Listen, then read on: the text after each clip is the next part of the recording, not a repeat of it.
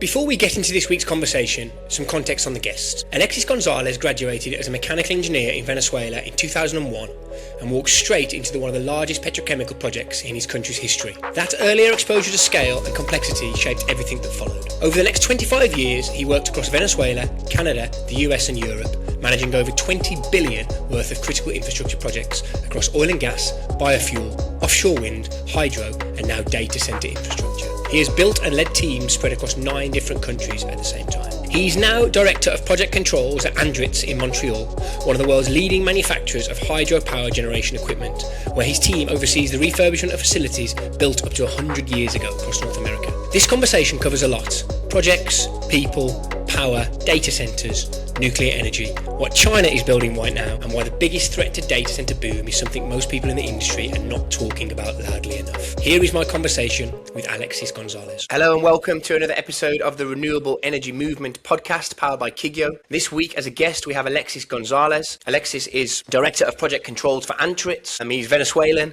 started his career in Venezuela and has led him to work all over the world, in Europe, North America, and now today is sitting here in Montreal in Canada. Alexis, thanks for being here. How did I pronounce your name? Alexis is correct. Thank you for having me, Tom. It's a pleasure for me. Yeah, pleasure's all yours. Like ever, let's start at the very beginning of your journey into renewables. Tell us a little bit about the early days in your career. Well, I am originally from Venezuela. I am a mechanical engineer by education. I also have an MBA I did in Spain. But originally, I started in the oil and gas industry because it's not that renewable, let's say. Because at that time, in the early 2000s, Venezuela was a powerhouse, okay, in production and also in projects. So I work in oil, gas, and also petrochemicals from the early 2000s to 2011. So half of my career has been in oil and gas. And I started in project controls, specifically in scheduling. So I was lucky enough to participate at that time, one of the biggest projects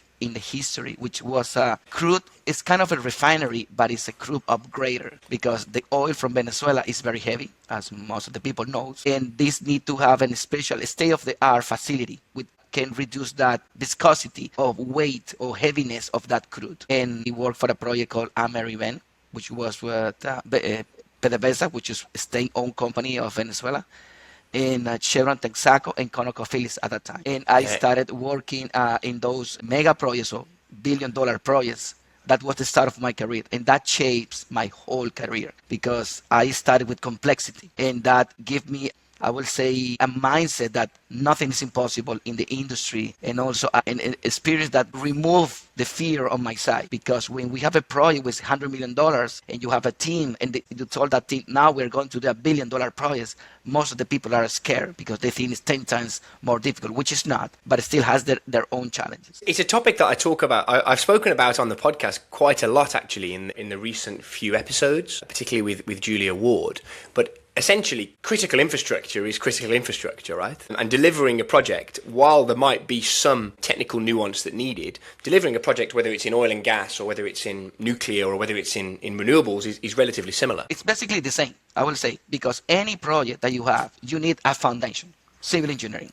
Okay, but to do that civil engineering, you need to finish all the other engineering, mechanical, electrical, I will say electronical, chemical engineering, whatever. So you need to have that, and you need to build the foundation for that. And then you have all the time, you have the engineering. With engineering, you have the procurement, and then the installation and commissioning of the facility. So basically, as you said, it's the same all the time. The complexity relies on the lead times of the equipments and the cost of those equipments. Yeah. And you mentioned you were working within kind of planning and project controls when you first were involved? Yeah, 100% on schedules. Basically, I started in Primavera P6, which is a very used solution and very famous as well. I started with P3 in the early 2000s. I graduated in 2001. So I started using that. And the complexity was, I will say, I was managing 36 projects. So I was the guy who was integrating all that data in just one big document, because what the management wants to know, it is, are we good? What is the problem? There is a problem. So show me in 1 or 2 pages what is the problem. But at that time, when I was putting together all those 36 mega projects in one, I will say we had more than 100,000 activities. But management, they want just to know a simple question. Are we going to finish on time? Just that. Yes or no. The question is yes. Okay, we are good. No, we are not finishing on time. Okay, how late we are? What can we do to recover that date? Because the most important aspect in the projects, are we finishing on time? Because what we are building most of the times are assets. When you are in projects, you think, okay, the most important thing is the project. How much does it cost? Which is important, yes, but on the owner's side, they see it as an asset because they need to start getting revenue from that asset. So yeah, the project can cost $4 billion, $5 billion, but the revenue can be $5 billion in a year. So in a year, you can recover that investment. What were the value of all the projects that you were looking at after at that time then? Specifically back then when you just started in kind of project controls in Venezuela? That was, I started with a small one around, for me it was really big. It was around $8 million, really small. I worked in that project for a couple of years. And then I switched to a $4.5 billion project. In the early 2000s, with inflation, I would say is equivalent to a $12 billion project today. Yeah, amazing. And then for how many years did you work in different manufacturing positions or different engineering positions in Venezuela? I worked in Venezuela 12 years in total. Okay. And then I moved to Canada in 2012. Okay, so 2012 was the first time that you left Venezuela and moved to Canada. Talk us a little bit about who you were working for and what type of projects you were working on at that moment. Well, I was working mainly for general contractors. I worked for a state-owned company, for a petrochemical company at the very end, the last 3 years in Venezuela from 2009 to 2012. But I was working at the beginning for general contractors, doing the real job, being in the mud, as we said. So I started as a site planner on site for a couple of years, and then I switched to the office, trying to understand how can we add value in an office, not on site. So on site, I was focused on just one small piece of the whole pie. And I was thinking that was the most interesting or the most important part of the project, but I was wrong, because in these mega projects, or more than $1 billion project, you have several pieces. At that time, we had around 45, 50 projects, because when you say $4.5 billion, it's not like that. You have several areas, several small projects to finish and to put it all together to have a facility working. So I was working in that for 5-6 years in office for general contractors. And then I switched the whole thing, and I went to an owner, which is a petrochemical company in Venezuela, and where I was in the side of the owner, dealing with general contractor with the biggest in the world, companies from, for example, Hyundai.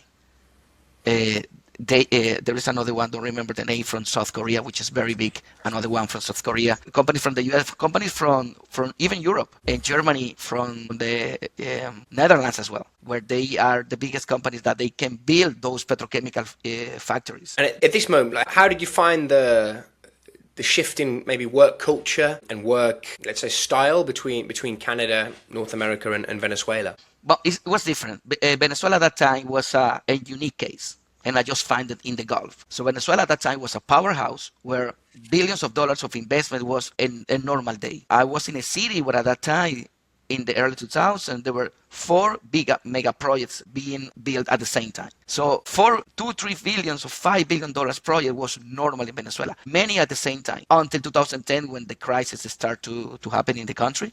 When I worked in Canada, the situation was different. The projects are not that big. We'll say a big project in Canada is 400-600 million, which is not the same. But we need to consider Canada is a developed country. Everything was already built. So it's like if we talk about this country, most of the facilities were built way before that. So the oil industry is working already with 5 million barrels per day. Mm-hmm. Venezuela was at that time 3 million barrels. So they wanted to increase. But the investment it wasn't a period of investment in the early 2000s. It's not the situation in Canada. So you've left Venezuela to Canada, and you're actually working on a significantly smaller project. That's right.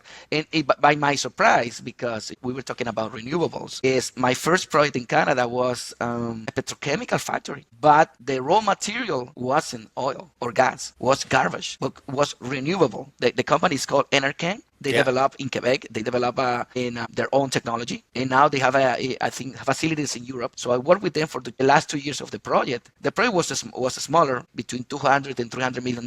The facility, but still was very significant, because imagine the dream, just to take garbage from cities and to produce ethanol, which is not oil, but you need ethanol to put it into the gas for environmental reasons. Yeah, it's like a different type of biofuel project. What was the success of it?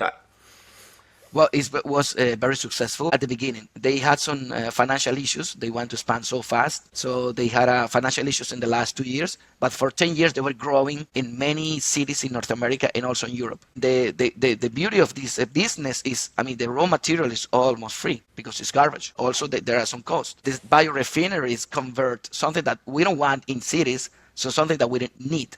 It's ethanol, which is still using with let's say with gas, with oil, but it's more environmental friendly. Yeah. Why do you think this technology is not a little bit more common in other places in the world? I think it's the market. I mean, the oil market is so powerful nowadays, Yeah. and it's very fast. Very fast. For example, now I was just reading 3-4 months ago. Now data centers, they need these technological companies.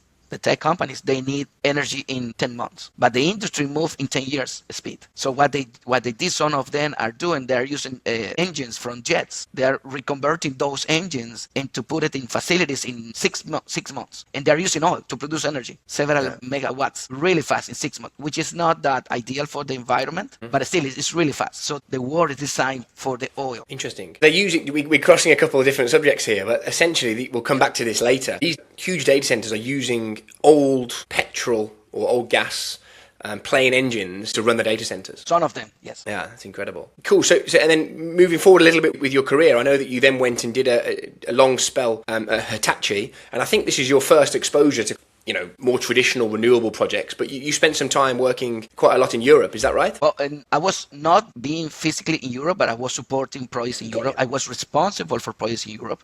And this is one of my biggest accomplishments in my career, has been the Ørsted project, which is a Ørsted company. They had a project called Hornsea 2, which was in the middle of the North Sea between Denmark and in England, and that was the biggest wind farm offshore in the world, the biggest project. And my accomplishment was to start that project and to build the project controls team that developed that project on time. That was billions. The whole portfolio was around, I will say, $6 to $8 billion in several years, in 10 years. And Hornsea was part of it. And I was supporting them. And yes, Hitachi was my first experience to the renewables, really 100% renewables industry. Really interesting. I think it might still be one of the, if not the biggest offshore. I think it's still, but they are going to create bigger than those. Hornsea 3 is coming probably in the same North Sea. I might be wrong, but I think there might even be a Hornsea 4 if it's not already running. It's certainly in the planning. Probably. What was the shift in working with European countries on European projects? Any difference there, or similar kind of vibes? Critical infrastructure, big projects need to be delivered in the same way. Well, in that sense, yes, it's similar, but the culture is totally different. I came from Venezuela, so Venezuela, our culture is very similar to the United States, especially because the oil and gas company has a lot of weight in our history as a country. In Canada is, I will say, in the middle of Europe and United States. I work also for United States projects in the last 10 years. So the cultural impact or the cultural differences are the most challenging in my career. So I found that, and also, by the way, when we say Europe, it's not one country. I mean, every country is different. UK has one way to say to think and one way to express and to sell value and to sell the benefits to some cultures, like the people in Denmark or the people in Sweden and Switzerland, where I work extensively a lot with these cultures. And the differences are massive. So you need to discover how to work with them. For that reason, I travel a lot. I will say I was traveling 5-10 times per year to Europe to meet them and to have a great team. Because the most important thing in a project is to have a great team. Communication is key. Transparency is key. To work as one team. And in my case, I suffered a lot the first year. But after year 2, I understand the dynamics of the cultures. And I have a really, really admiration for the culture of the Europeans. I'm talking about on the project control side, on the projects world. They are so efficient and they value, especially if in the Nordic countries, they value the efficiency. What I mean by that. So they can be, okay, it's time to work. Let's work 3 hours nonstop. And they are incredibly focused. And then they say, okay, now let's do some, in the Nordic country, they call it sometimes fika. Let's rest for 30 minutes. Let's just talk about life. Let's not work. And then they switch again. Okay, let's work. 100% efficiency. In countries like Denmark, Sweden, where they have small populations, they have so much incredible products, like Ørsted has with these offshore wind farms, or Lego, or Volvo from ABB, who came from Sweden. And all the technology that those small countries has is incredible. And that's based on the focus.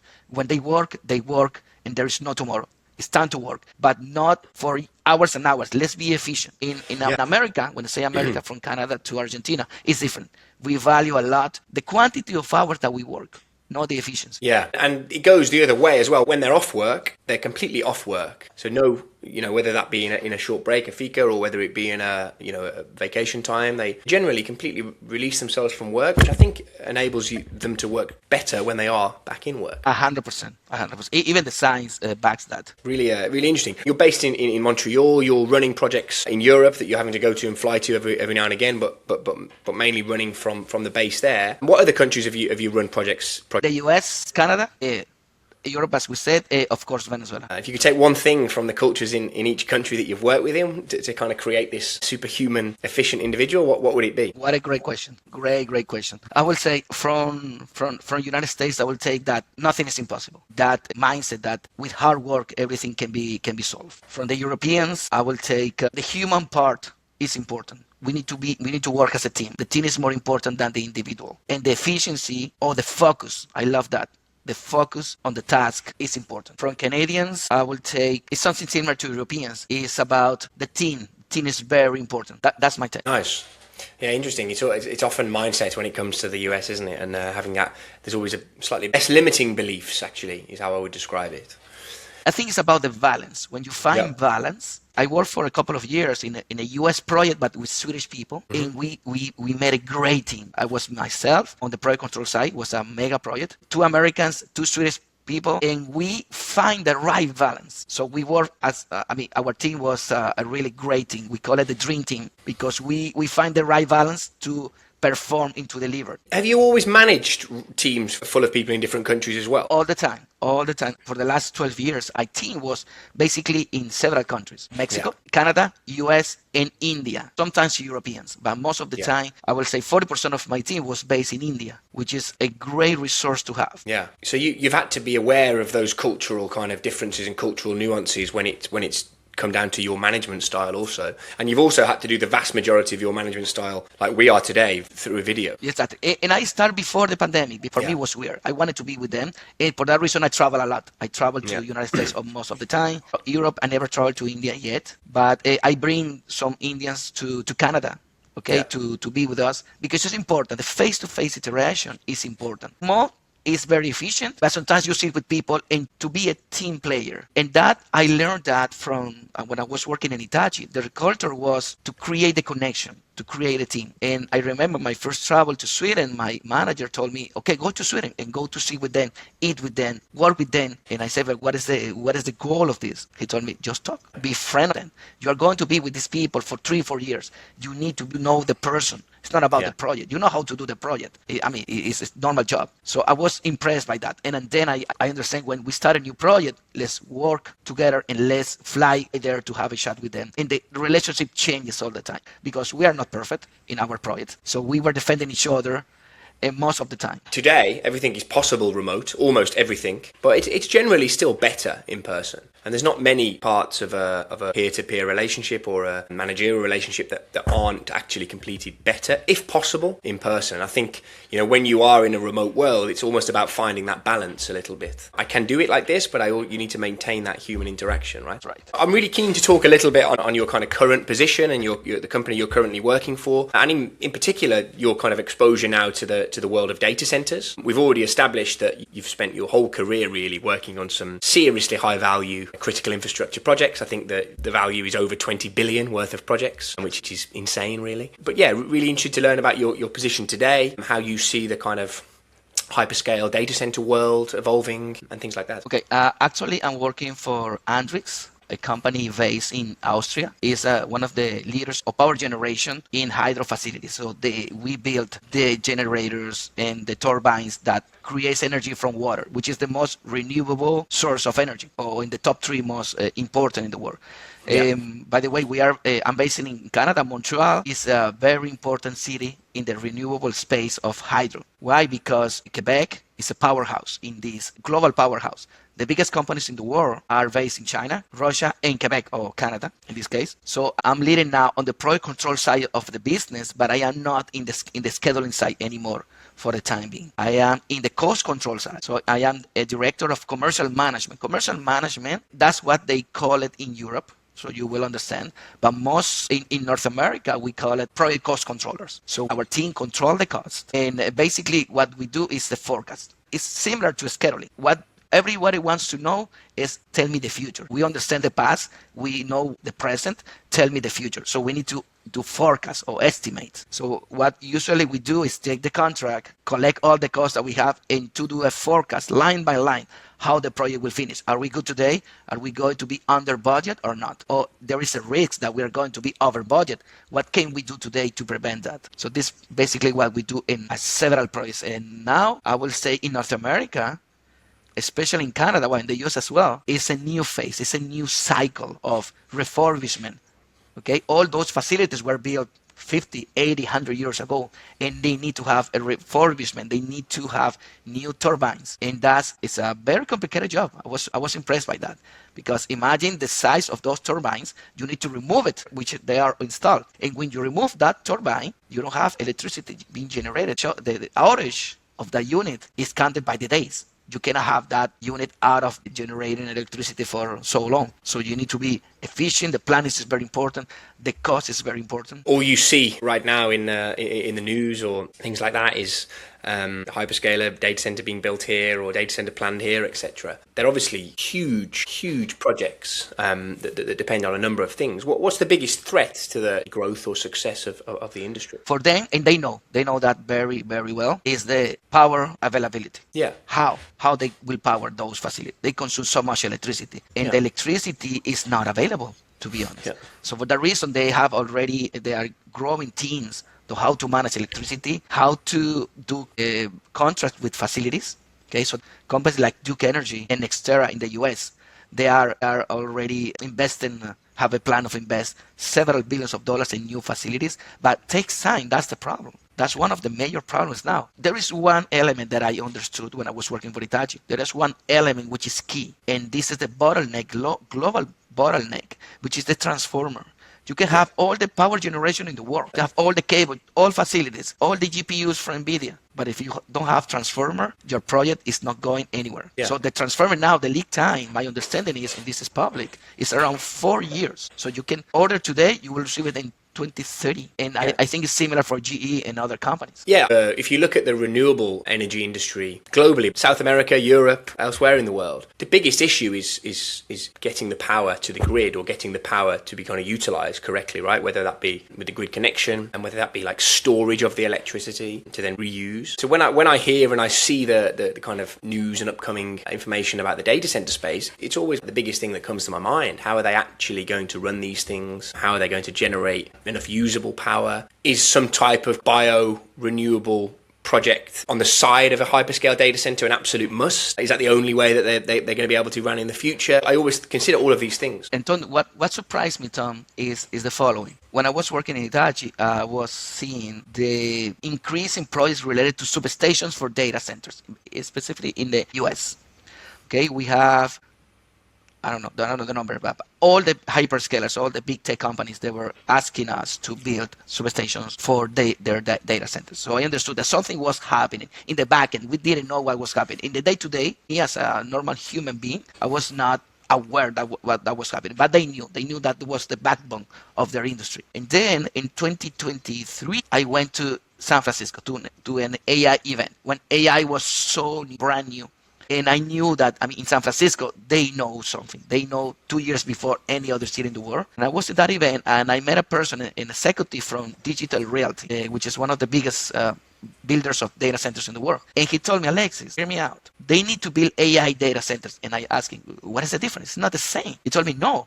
Before you have a CPU, which is something small, very small. So you have your weight, space, and all that. But now they need to be with the GPUs, which is way bigger. They need more electricity, needs more space, more cabling, more everything. So they need to go again and build everything again. And I was asking him, what about the energy? Where the energy is coming from? And he told me, I don't know. Nobody knows. Nobody knows. So it's almost like it's an issue that everyone knows about, that they don't know how they're going to fix, but they just presume that eventually we will get to the fix. For that reason, the jets, those engine is a solution, which, I mean, it's a very clever solution, to be honest. Yeah, it's a great solution, but it's not a very renewable or environment-friendly solution, or a scalable solution. So it's very short-term, and it still begs the question, especially in North America because of the space. How will all of these data centers be built and be actually runnable with the energy position as it is now? But for that reason, we are seeing also the revival of nuclear energy. Yeah, exactly. In the US, I don't know what is the situation in Europe, but I guess we'll follow. This is the other thing that's really interesting, is that I think whatever the current political administration is in power in any given country, they have their own policies and agendas around renewable topics. And different countries differ depending on their stance, and I think that can slow down or speed up the process of certain projects. I think at the moment that there is a focus in the US, or not a focus, but utilizing nuclear energy a little bit more, but it might not be like that with the next administration, for example. I've been analyzing the case of China. I've been in China a couple of times, and the China is an incredible feat of engineering. They are building, correct me if I'm wrong, but we can double check, but I read that I'm building around 175 nuclear facilities at the same time, which is insane. Yeah. Okay, so they want to decrease the cost of the kilowatt hour to 1 cent. I think the global is 12 cents. So they want to go to 1 cent. So they are very prepared. They have energy, but they have a mix of energies. They have renewables, but also even they have coal, 40% or something like that. And they have oil and gas facilities. They have a lot of wind, a lot of solar energies, and a ton of energy from even hydro. They are building the new three biggest hydro dams in the world, all at the same time. Yeah. And I think US will eventually copy that blueprint, because it's the only way to double the energy. Yeah, US has the space for it. Has the space for it as well. When you say space, what do you mean? The physical space?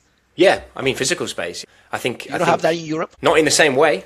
It depends on the country in Europe. If you take the land mass area, I'm not sure there is the same potential to grow or to build projects that there is in the US. But I might be wrong. It becomes even more complex when you look at the split of countries in Europe. Yes, as well. That's the I guess you do have state lines in the US, but it becomes a little bit easier to be more flexible. Whereas I don't know. Just giving an example, maybe in Poland they have a vast amount of land space, but then are they able to strike a deal that project, whatever it might be, relating, pushing back energy to Germany or pushing back energy to Hungary, the neighbouring countries? I don't know, or does it stay within Poland? I think these small things are a little bit more technical in Europe, in my opinion. Yeah, for sure. It's way different. It's way more difficult in Europe. I'm always interested to ask these questions because of my background, of course. But what about your ability to kind of find and retain talent in the data center space right now? That's one of the biggest challenges of any team. First, to find talent nowadays is a nightmare. It's not easy at all, especially in the project control side of the business, meaning schedulers or project cost controllers. These are not careers that you can find in any university. Do you want to find a mechanical engineer? You can choose. It's becoming like a commodity. But specialized resources, and in this moment where all the data centers, hyperscalers, and all the new revival of the industry in the United States is needing so much resources, to find people in Canada or the US is becoming a big issue. It's not that easy. Retention is easier than hiring, I will say. That's my opinion. And retention means always a subproduct of the company culture and also the leadership that you have. Yeah. Okay. If your leader thinks about you as a part of the team and not just another resource, it's going to be easier for the person to produce value and to feel great about to be part of the team. Yeah, I think you put a lot of importance on your leadership and particularly the like more human side of things. That's what I get from this conversation anyway. Maybe because some of your exposure in different countries. So that's probably the reason why you don't suffer with retention so much. That's right. And by the way, I started last week a certificate with the MIT related to digitalization. Imagine digitalization. They're talking to us now. Forget about that technology. Let's talk about leadership and how to understand people. And I say, whoa, what happened with the technology? Technology anybody can do it, but to influence people and to understand their needs of the people, they need to use the technology. You can put it there, but why they will use it? How can you explain it to them? How those stakeholders can be on your side? So you need to understand people, different cultures. I mean, this is a global village, to be honest. On my team, I have 7 or 9 different countries of 16 people. So it's not the same. It's very different. And we managers, we need to understand that. It's not the same to talk with Tom. It's not the same in the UK that the people in France. Je parle français aussi, by the way. I speak French. Je sais. Closely. Okay, perfect. So it's totally, it's like a different world. It's like China and Venezuela. It's not the same. And you are very close. Same thing with Spain. Same thing with Canada and the US. So we need to understand that to be a better team. And when you have a better team, who wants to leave? Nobody wants to leave. Yeah, you're right. A bit of that is on the company culture, of course, but a lot of that can be influenced by yourself as the leader, for sure. I totally agree with that. What about your predictions for the future, Alexis? It's obviously, you mentioned already, it doesn't really fit in with your particular job. You look a little bit more at the past, but what are your predictions for the future data center world in the US, critical infrastructure projects in general, I would say? Okay, so that's a great question. And it's $1 billion question, by the way. I'll say that the data centers in the US, they will be okay, but they will find in a couple of years the limitation of the power availability on their side. They're going to come with interesting solutions for that, but I think this is going to affect the industry, I will say, at the end of this decade. They will find that there is not enough electricity, and some companies will have issues and will go bankrupt in that space. Because the issue with the data center is the assets that they have inside, they have a due date. My understanding is it's about 3 years. So if you build it and you cannot generate revenue for it, you're going bankrupt in that project. So that's my prediction. We're almost in a position where the amount of projects that are being promised or pledged or, let's say developed is going to be way inferior than the ones that actually get to completion stage. Right. And many of those are being canceled, by the way, nowadays, because they're seeing that. They don't want to commit those investments, because they can affect the stock price now. So they want to get, I will say, less bets every hyperscaler. I'm seeing that. Yeah, really interesting. That's a similar position to where a lot of renewable projects are in certain countries in Europe. If you look at Italy, Germany, even Spain, there's a lot of companies that will go under from not being able to realize projects that they had planned, let's say, or they had developed. Alexis, this was a really, really interesting conversation, to be honest with you. I think your attitude towards management, leadership, the human side of things is super, super interesting, and a lot of people can take things away from that. Just the sheer volume and size of projects that you've worked on from day one of your career, to be honest, really cool to listen to. So thanks very much for being a guest. I know you were a little bit prominent on social media as well, but LinkedIn, I will leave where to find your work and things like that so that the people can connect with you. Thank you very much on that. It's been a pleasure. Thank you very much. That was Alexis Gonzalez, and the thing I keep coming back to from that conversation is something he said about retention. That is always a byproduct of culture and leadership, not compensation, not title, culture and leadership. For someone who has built and managed teams across 9 countries simultaneously, that is not a theory. That is something he had to live out on one of the largest and most complex projects in the world. Alexis is active on LinkedIn, and his details are in the description if you want to connect or follow what he's working on. If this episode gave you something useful, share it with someone who needs to hear it, and a review on Apple or Spotify genuinely helps more people find the show. Back next week with another conversation from the front lines of the renewable energy movement. Until then, take care.